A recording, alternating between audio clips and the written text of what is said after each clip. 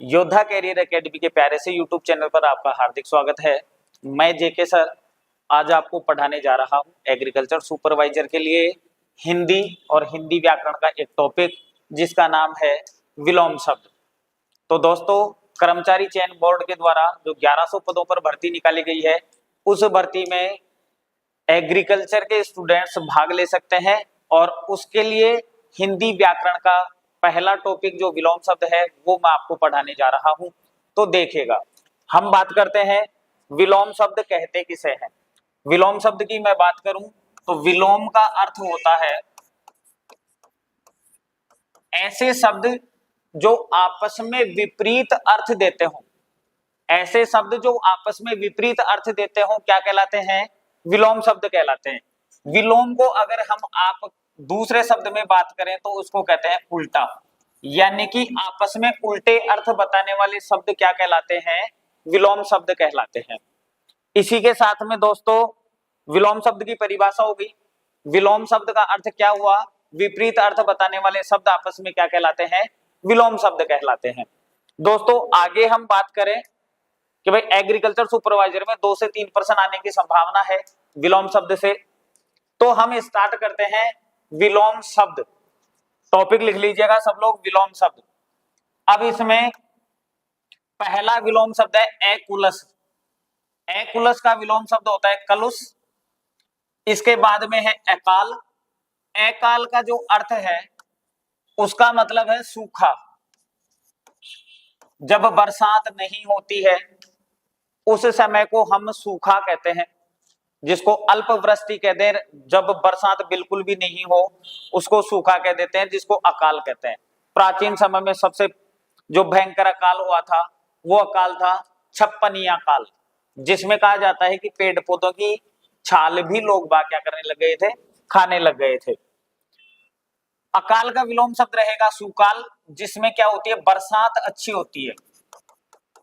बरसात जब अच्छी हो उसे क्या कहा जाता है? सुकाल कहा जाता है। और 2025 का जो वर्षा काल था वो ऐसा वर्षा काल है जिसमें बहुत भरपूर मात्रा में राजस्थान में क्या हुई है? बरसात हुई है। इसके बाद में बात करते हैं अक्रूर और क्रूर। क्रूर का मतलब होता है ऐसा शासक या ऐसा कैंडिडेट जो हिंसा करता हो, और जो हिंसा नहीं करे वो अक्रूर कहलाता है। इसके बाद में मैं बात करूं अंकुश और निरंकुश। अंकुश का मतलब होता है ऐसा जिसपे बंधन हो। जैसे सभी स्टूडेंट्स आप हैं तो आपके ऊपर घर वालों का बंधन है, आपके ऊपर प्रेशर है घर वालों का। स्कूल में अगर आप जाते हैं, कोचिंग में अगर आप जाते हैं तो वहां अध्यापकों का प्रेशर है, उनसे बिना पूछे आप काम नहीं कर सकते हैं। तो वो हो गया अंकुश। अंकुश का विलोम शब्द रहेगा निरंकुश। और निरंकुश का मतलब क्या होता है? जिस पे किसी प्रकार का कोई बंधन ना हो वो क्या कहलाता है? निरंकुश कहलाता है। उसके बाद में बात करूं मैं अक्रूर क्रूर, जो पहले आ चुका है यहाँ। एगम, एगम का विलोम शब्द रहेगा सुगम। एगम का जो अर्थ है, एगम का अर्थ होता है जहां जाना संभव ना हो। जहां जाना संभव ना हो, संभव न हो, वो क्या कहलाएगा? एगम। और जहां सुगम आसानी से जाया जा सके, एगम का विलोम शब्द रहेगा सुगम। जहां आसानी से जाया जा सकता है वो कहलाता है सुगम, और जहां आसानी से नहीं जाया जा सकता है वो कहलाता है एगम। आगे बात करूं मैं विलोम शब्द की, तो आगे का विलोम शब्द है अगला। मतलब आगे आने वाला जो है वो अगला कहलाएगा। आप किसी सीक्वेंस में खड़े हैं तो आपके जो जस्ट आगे है वो आपसे अगला कहलाएगा। या आप अगर कोई प्लानिंग बना रहे हैं और भविष्य में आप क्या करने वाले हैं तो वो आपका अगला कदम होगा। अगला का मतलब होता है आगे, और पिछला का मतलब होता है पीछे का। आपने पूर्व में क्या क्रियाएं की है वो पिछला कहलाएगा। अगर आप लाइन में खड़े हैं, आपसे पीछे कोई खड़ा है तो वो पिछला कहलाएगा। इसके बाद में मैं बात करता हूं अग्नि जल। अग्नि को आप सब लोग जानते हैं, जिसको अनल भी कहा जाता है। हिंदी में आप लोग अग्नि का जो पर्यायवाची है वो अनल है, आग है, ज्वाला है। तो अग्नि जो जला करके सब कुछ राख कर देती है, उसका विलोम शब्द रहेगा जल, जिसका सूत्र होता है H2O। ठीक है, इसके बाद में आगे आएगा अग्राह्य और ग्राह्य। अग्राह्य का विलोम शब्द होता है जो ग्रहण नहीं किया जा सकता है वो अग्राह्य, जो ग्रहण किया जा सकता है वो ग्राह्य कहलाता है। दोस्तों मेरे साथ साथ में आप भी अपने नोटबुक में लिखते रहें ताकि आपके नोट्स बनते रहें। आगे देखिएगा, अग्रिम और अंतिम। आप लोगों ने हिंदी पढ़ी होगी, हिंदी पढ़ते समय पत्र पढ़े होंगे, पत्रों में आपने दो शब्द पढ़े होंगे। एक शब्द पढ़ा होगा अग्रिम धनराशि, अग्रिम धनराशि, और एक आपने पढ़ा होगा धरोहर राशि। अग्रिम धनराशि और धरोहर राशि में क्या डिफरेंस है? किसी काम को करने के लिए अगर आप किसी कैंडिडेट को पहले एडवांस में पैसा देते हैं वो अग्रिम धनराशि कहलाती है। किसी भी कैंडिडेट को कोई काम करने के लिए अगर आप पहला कोई पेमेंट देते हैं, पहला एडवांस देते हैं, तो एडवांस जो पैसा दिया जाता है वो अग्रिम धनराशि कहलाती है। अच्छा, अगर आप किसी कॉलेज में पढ़ते हैं, स्कूल में पढ़ते हैं, तो आपसे फंड लिया जाता है, 2-4-5 हजार रुपए लिए जाते हैं, वो धरोहर राशि कहलाती है। मान लीजिए अगर आपने कॉलेज में किसी स्टूल को तोड़ दिया, पंखे को तोड़ दिया और आपका पता चल गया कि आपने तोड़ा है, तो ये धरोहर राशि है, वो नॉट रिफंडेबल होती है, वो दिया नहीं जाएगा फिर आपको। अगर आप किसी प्रकार के कोई ऐसे कार्य करते हैं जिस कार्य से स्कूल कॉलेज को नुकसान हो, कोचिंग को नुकसान हो, तो जो धनराशि शुरुआत में ली जाएगी वो धरोहर राशि कहलाती है, जो किसी भी कंडीशन में रिफंडेबल नहीं है। किसी कार्य को करने के लिए पहले जो धनराशि दी जाती है वो क्या कहलाती है? अग्रिम धनराशि। और धरोहर राशि, आप कहीं किसी संस्थान में जा रहे हैं और उस संस्थान में आप कोई किसी प्रकार की गड़बड़ करते हैं तो जो धनराशि आपने जमा करवाई थी वो उसमें से काट ली जाती है। अग्रिम का मतलब आगे या पहले का, और अंतिम यानी सबसे लास्ट का। उसके बाद में बात करूं मैं एचल और चल। एचल जो शब्द है, एचल शब्द के अर्थ होते हैं जैसे पर्वत हो गया, पर्वत का पर्यायवाची है एचल, जो चल नहीं सकता। इस चराचर जगत में ऐसे बहुत से निर्जीव हैं जो चल नहीं सकते हैं, उनको क्या कहा जाता है? एचल। और जो चल सकते हैं वो क्या कहलाते हैं? चल कहलाते हैं।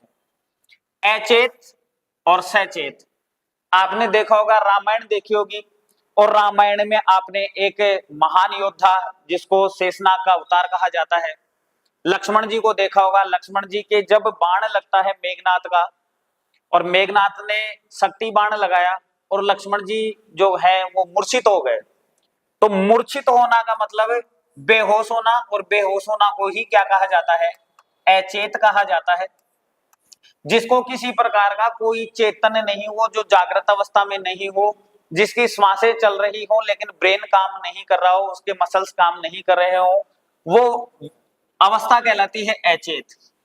और सचेत, जिसमें आपके सभी प्रकार के अंग, ब्रेन वगैरह सारे काम करें, सोचने विचारने की क्षमता आप में हो, वो स्थिति कहलाती है सचेत। अचेत का विलोम शब्द दोस्तों रहेगा सचेत। अच्छा बुरा, अच्छाई बुराई, अजल निर्जल। जहां जल नहीं हो वो अजल कहलाता है। और निर्जल, जब आप पीते नहीं, व्रत होते हैं सनातन धर्म में, बहुत से व्रत होते हैं जिसमें महिलाएं व्रत करती हैं, निर्जला एकादशी जिसमें आता है, जिसमें उस दिन पानी भी नहीं पिया जाता है महिलाओं के द्वारा, तो वो क्या कहलाएगा? निर्जल कहलाएगा। अज्ञ विज्ञ, अज्ञ का मतलब जानकार नहीं हो, कोई भी वस्तु का, कोई भी मतलब टॉपिक का जो जानकार नहीं हो वो अज्ञ कहलाता है, और जो जानकार हो वो क्या कहलाता है? विज्ञ कहलाता है। देखिए दोस्तों, आगे का जो टॉपिक है, आगे का जो विलोम शब्द है वो विलोम शब्द है अपना अज्ञान। अज्ञान जिसको किसी प्रकार का कोई ज्ञान नहीं हो, और ज्ञान जिसको किसी टॉपिक का नॉलेज हो, वो ज्ञान कहलाएगा। देखिए दोस्तों, विलोम शब्द इजी वाले विलोम शब्द भी आएंगे और हार्ड वाले विलोम शब्द भी आएंगे। अब इजी वाले विलोम शब्द का अर्थ समझाने की आवश्यकता नहीं पड़नी चाहिए, और जो हार्ड शब्द है उनका मैं अर्थ आप लोगों को समझाने की कोशिश कर रहा हूं। देखिएगा आगे, अंत का विलोम शब्द होता है प्रारंभ, अंतर का विलोम शब्द होता है बाह्य। अंतर शब्द, अब आप लोग देखते हैं ये शब्द है अंतर और एक शब्द है ये अंतर, दोनों में क्या डिफरेंस है? ये जो अंतर आपने लिखा है इसका मतलब होता है के मध्य, नीचे वाला जो अंतर लिखा हुआ है उसका मतलब होता है के मध्य, और ऊपर वाला अंतर का मतलब होता है बीच में, भीतरी या बीच में। अब आप लोग इस अंतर का मतलब समझें, ये जो अंतर ऊपर लिखा हुआ है इसका विलोम शब्द मैं बता रहा हूं आपको बाह्य, तो इस अंतर का मतलब होता है भीतर और इस अंतर का मतलब होता है के मध्य। जैसे आप लोग दो शब्द लिखते हैं अंतरराष्ट्रीय, अब अंतरराष्ट्रीय आपने लिखा, मात्रा लगा दी रे की ऊपर, ठीक है, और एक लिखते हैं आप अंतरराष्ट्रीय। अब इन दोनों में क्या डिफरेंस है? जैसे मैं भारत की बात करूं, इस अंतरराष्ट्रीय का मतलब तो है दो देशों के बीच, दो देशों के बीच। जैसे भारत एक देश है और भारत देश अगर कोई दूसरे देश के साथ में क्या करता है, कोई समझौता करता है, कोई इस प्रकार की डील करता है, तो उस मामले को कहते हैं अंतरराष्ट्रीय मामला, अंतरराष्ट्रीय मुद्दा। दूसरा शब्द मैंने लिखा है अंतरराष्ट्रीय, और अंतरराष्ट्रीय में रे यहां पूरा आ रहा है, इसका मतलब है भारत के ही बीच में। जैसे भारत में 28 राज्य हैं, 28 राज्यों के बीच में अगर कोई मामला आता है तो उसके लिए अंतरराष्ट्रीय शब्द हम काम में लेंगे ये वाला। और अगर भारत के अलावा दूसरे देशों से कोई मामला बीच में आता है तो हम अंतरराष्ट्रीय ऊपर वाला काम में लेंगे। तो अंतर का जो विलोम शब्द होगा वो होगा बाह्य। इसी के साथ आगे का देखते हैं अंतरंग, अंतरंग का होता है बहिरंग। ऐतल, ऐतल का होता है बीतल। अति का विलोम शब्द होता है अल्प, अति यानी होता है ज्यादा, अति शब्द का जो अर्थ होगा वो क्या होगा, ज्यादा होगा, और ज्यादा का अल्प हो गया, अल्प यानी क्या होता है, कम होता है। अंतिम जो सबसे लास्ट में है वो अंतिम है, और प्रारंभिक जो सबसे पहले है वो क्या कहलाता है, प्रारंभिक। अतिवृष्टि, अनावृष्टि। अतिवृष्टि शब्द का मतलब जो है वो ये है कि जहां बहुत ज्यादा भयंकर तरीके से बरसात हो रही हो, वो इलाका अतिवृष्टि कहलाता है। 2025 में आपने देखा होगा, टीवी के माध्यम से देखा होगा, मोबाइल में आपने सूचनाएं पढ़ी होंगी, देखी होंगी, सुनी होंगी। पंजाब की जो भैंस है वो अतिवृष्टि की वजह से, बाढ़ आने की वजह से बह करके कहां चली गई थी, पाकिस्तान चली गई थी। तो पंजाब के लिए वो जो समय था उस समय को आप कहेंगे अतिवृष्टि, मतलब इतनी भयंकर बरसात हो कि बाढ़ आ जाए, वो अतिवृष्टि कहलाती है। और जहां बिल्कुल भी बरसात नहीं हो, जैसे अपना राजस्थान है, राजस्थान में जैसलमेर, बीकानेर, बाड़मेर, यहाँ इन इलाकों में बहुत कम बरसात होती है, तो इन क्षेत्रों को हम क्या कहते हैं, अनावृष्टि कहते हैं। इसी के साथ में दोस्तों आगे देखिएगा, अतीत। अतीत का मतलब होता है बीता हुआ कल या बीता हुआ समय, अतीत कहलाएगा, और आने वाला समय भविष्य कहलाएगा। एतुकांत और तुकांत। तुकांत का मतलब क्या होता है, एतुकांत का मतलब क्या होता है? तुकांत शब्द का मतलब ये है कि जैसे आप कोई दोहा पढ़ रहे हैं, कोई पद पढ़ रहे हैं, कोई रेमेनी पढ़ रहे हैं, कोई छंद पढ़ रहे हैं, उन छंदों की लाइनों के जो सबसे लास्ट के शब्द हैं, सबसे लास्ट के शब्दों की जो मात्राएं हैं, जो स्वर हैं, वो सेम होने चाहिए। जब वो सेम होंगे तब जाकर के दोनों, जैसे दोहा है, दोहे के पहली लाइन है यहां मात्रा होगी और दूसरी लाइन में भी यहां लास्ट में मात्रा होगी, मतलब मात्रा बोले तो स्वर। अगर स्वर दोनों के सेम आएंगे तो उन्हें कहते हैं तुकांत शब्द, और स्वर सेम नहीं है तो उन्हें क्या कहेंगे, अतुकांत शब्द कहेंगे। जैसे रहीमन पानी राखिए बिन पानी सब सून, पानी गए न उबरेर मोती मानस चून। पहली लाइन में आया सून और दूसरी लाइन में आया चून, दोनों में सेम मात्राएं हैं, इसलिए ये क्या है, तुकांत शब्द है। अच्छा जी, अतुकांत शब्द का मतलब क्या हुआ, जिनमें मात्राएं सेम नहीं हो वो अतुकांत शब्द है। जितने भी दोहे हैं हिंदी में, जितने भी पद हैं, लगभग सारे के सारे दोहे तुकांत शब्दों के अंतर्गत आते हैं, जिनमें लास्ट में क्या होता है, तुकांतता बनती है। अच्छा जी, आगे देखते हैं। अथ, अथ का अर्थ होता है अंत, अर्थ का अर्थ होता है प्रारंभ, सॉरी, अर्थ का अंत क्या होता है, प्रारंभ होता है, और इति का अर्थ होता है अंत। अथ यानी ज्यादा भी होता है, अत्यल्प बहुत कम, अंदर बाहर, अदेय देय, अदोष सदोष, जिसमें किसी प्रकार का कोई दोष ना हो वो अदोष कहलाता है, और जिसमें दोष हो वो क्या कहलाता है, सदोष कहलाता है। दोस्तों आगे की मैं बात करूं,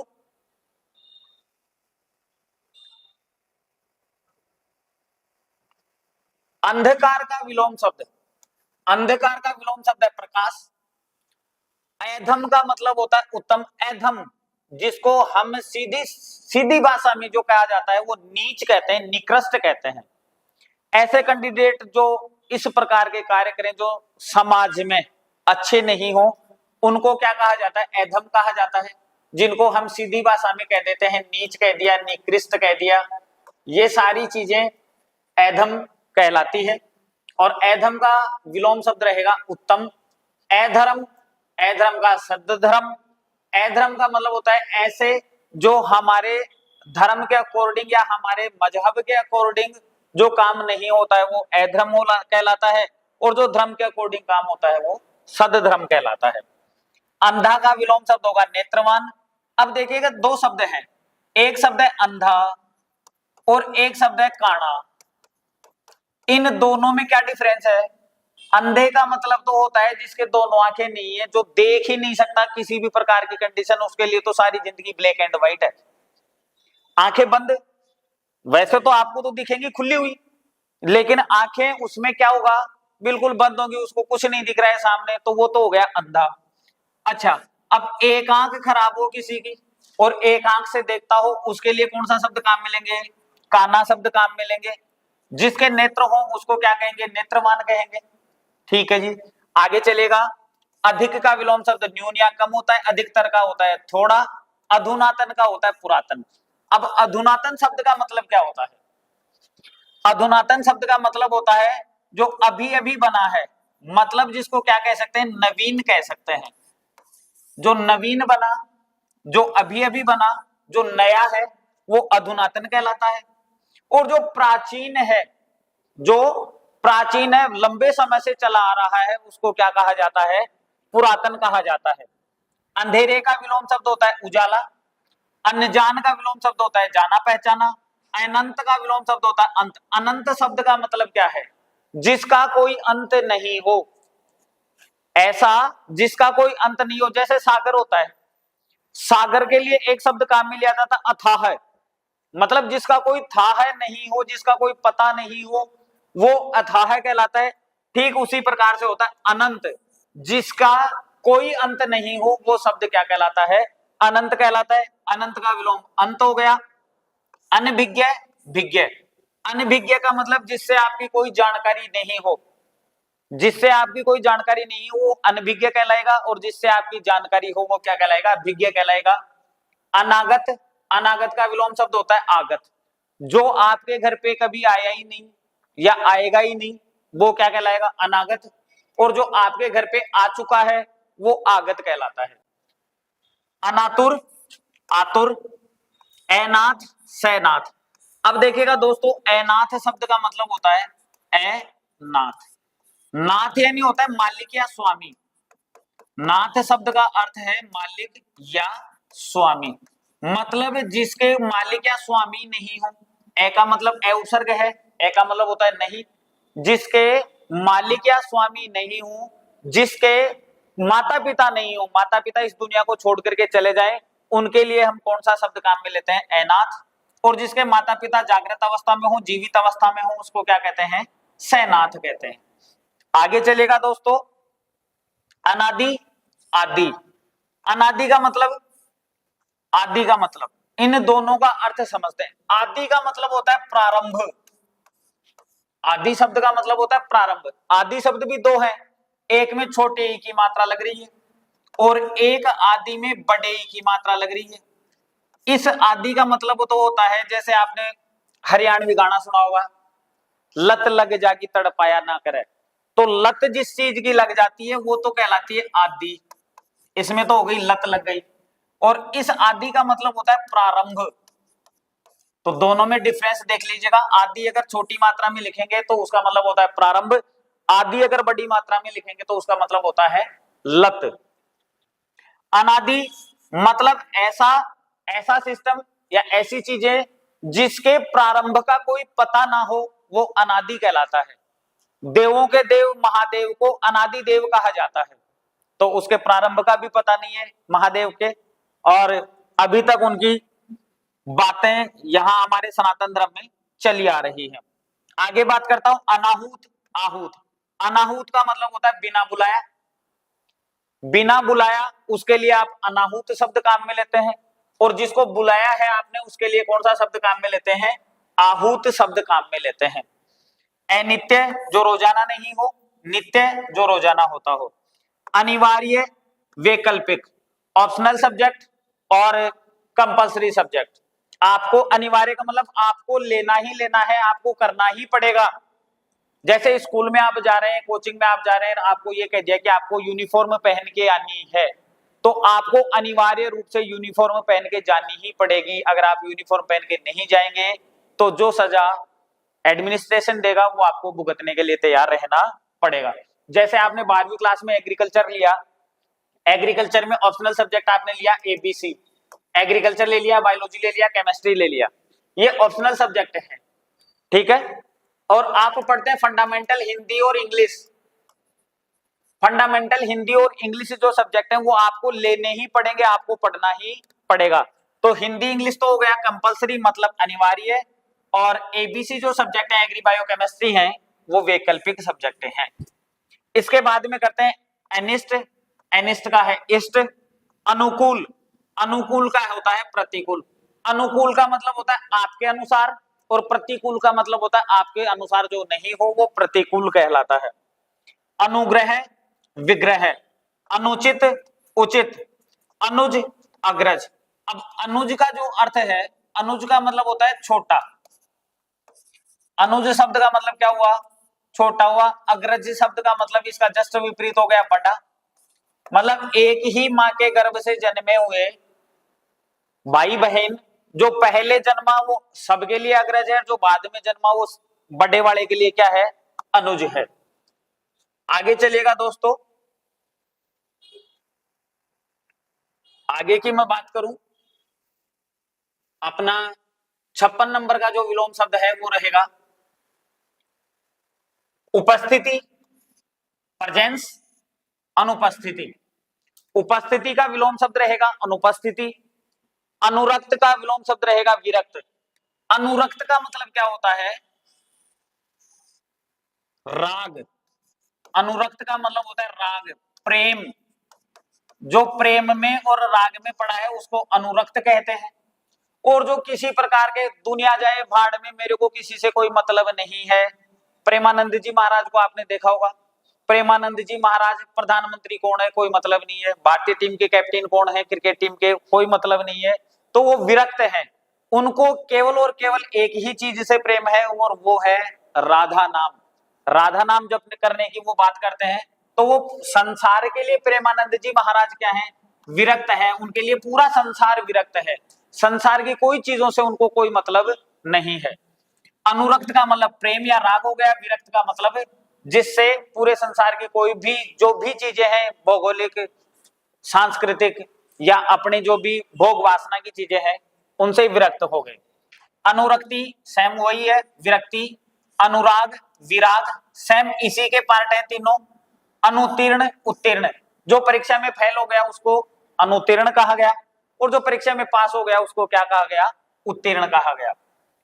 अनुलोम, अनुलोम का है विलोम। अनेक, एक। अनैतिहासिक का विलोम शब्द होता है ऐतिहासिक। इतिहास में जो चीजें लिखी गई है, आपने इतिहास पढ़ा होगा, बाबर पढ़ा होगा, हुमायूं पढ़ा होगा, अकबर पढ़ा होगा, महाराणा प्रताप पढ़ा होगा, पृथ्वीराज चौहान पढ़ा होगा, तात्या टोपे पढ़ा होगा, झांसी की रानी पढ़ा होगा। तो उनके बारे में जो चीज पढ़ाई जाती है, जो चीज बताई जाती है, वो सारी ऐतिहासिक है। मतलब इतिहास में पहले ये घटनाएं हो चुकी हैं। और अनैतिहासिक जो इतिहास से संबंधित नहीं है वो क्या कहलाएंगी? अनऐतिहासिक कहलाएंगी। अंत का विलोम शब्द होता है प्रारंभ या शुरू। अंधकार का प्रकाश, जो पहले भी आ चुका है। अपकार का विलोम शब्द होता है उपकार। उपकार मतलब आपने किसी का भला किया, वो उपकार है। आपने किसी का बुरा किया, वो क्या कहलाता है? अपकार कहलाता है। अपचार, उपचार, अपना, पराया, अपमान, सम्मान, अपयश, यश, अपेक्षा, उपेक्षा। ये चीज समझने की है दोस्तों।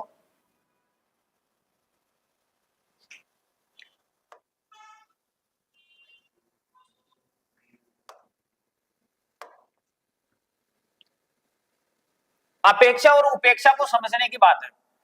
अपेक्षा क्या है और उपेक्षा क्या है? अपेक्षा का मतलब तो आपसे संभावनाएं हो। जैसे मैं किसी से कोई काम करवाने वाला हूं और मेरे को अपेक्षा है कि वो बंदा मेरा काम कर देगा, तो मेरे को अपेक्षा है, उससे संभावना दिखाई देती है मेरे को उसमें कि भाई हाँ ये मेरा काम करेगा। तो अपेक्षा का मतलब हो गया संभावना। अच्छा, अब इसका विलोम शब्द है उपेक्षा। उपेक्षा का मतलब मैंने किसी को काम करने के लिए कहा और वो मेरा काम नहीं कर रहा है, मेरी बात सुन करके अनसुनी कर रहा है।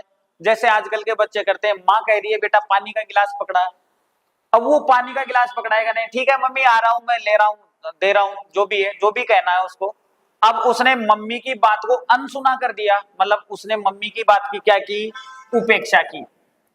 अपेक्षित का विलोम शब्द रहेगा अनपेक्षित। अप्रसन्न, प्रसन्न। अभिज्ञ, अनभिज्ञ। अभिज्ञ यानी होता है जानकार। अभिज्ञ शब्द का अर्थ होता है जानकार। अनभिज्ञ का मतलब जिसको किसी प्रकार की कोई जानकारी ना हो। अभिमान मतलब गर्व, दंड, गर्व, दर्द। नम्रता मतलब आप किसी के प्रति नम्र हो, विनम्र रहें, आपका व्यवहार अच्छा रहे, तो उसको नम्रता कहा। अभ्यस्त, अनभ्यस्त।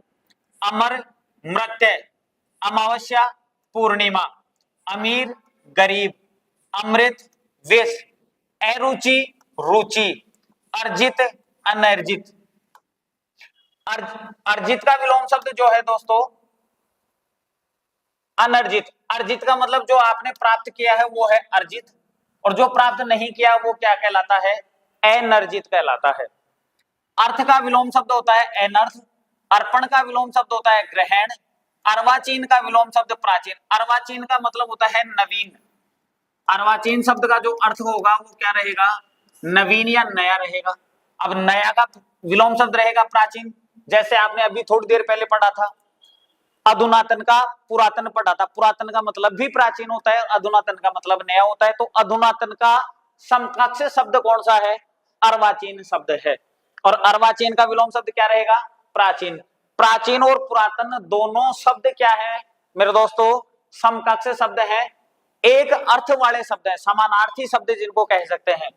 अल्प का होता है अधिक, अल्पकालीन का है दीर्घकालीन। अल्पज्ञ का मतलब बहुज्ञ। अल्पज्ञ मतलब जो बहुत कम जानता हो वो अल्पज्ञ कहलाता है, जो बहुत कुछ जानता हो वो बहुज्ञ कहलाता है। अल्पायु, जिसकी उम्र कम हो अल्पायु कहलाएगा, और जिसकी उम्र ज्यादा हो वो क्या कहलाएगा? दीर्घायु कहलाएगा। अवज्ञा, आज्ञा। आप अगर किसी की आज्ञा का पालन नहीं करते हैं तो आप उसकी अवज्ञा कर रहे हैं, उसका कहना नहीं मान रहे हैं। और आज्ञा, आपको किसी ने कोई काम कहा और आप उसको काम को कर देते हैं तो आप उसकी आज्ञा का क्या कर रहे हैं? पालन कर रहे हैं। अवज्ञा शब्द से आपको एक शब्द, एक आंदोलन याद आया होगा जो गांधी जी ने चलाया था, सविनय अवज्ञा आंदोलन। मतलब अंग्रेज जो भी कह रहे हैं उनकी बातों को नहीं मानना है, हमारे दिमाग में जो चल रहा है, हमारे ब्रेन ने जो कहा है वो काम हम करेंगे। अवनत, उन्नत। अवनति, उन्नति। अवनी, अंबर। अवनी शब्द है दोस्तों, अवनी का मतलब है अवनी। अवनी पर्यायवाची है, और अवनी किसका पर्यायवाची है? पृथ्वी का पर्यायवाची है, जिसके और भी पर्यायवाची शब्द होते हैं। भू हो गया, धरा हो गया, वसुंधरा हो गया, वसुधा हो गया, धरणी हो गया। तो इसका मतलब हो गया धरती। अच्छा, धरती का विलोम शब्द क्या रहेगा? आकाश या अंबर रहेगा, कन्फर्म है? आकाश कह दो, अंबर कह दो। अब यहां मैंने अंबर शब्द लिखा है, और अंबर का मतलब वस्त्र भी होता है, लेकिन जब वो पट के रूप में आए, वस्त्र के रूप में आए, तो स्थान के अनुसार अंबर शब्द के अर्थ क्या हो जाएंगे? अलग अलग हो जाएंगे। अवनी आ रहा है तो अवनी का मतलब धरती होता है, धरती का विलोम शब्द होगा अंबर। जिसको आप आकाश कह सकते हैं। आवर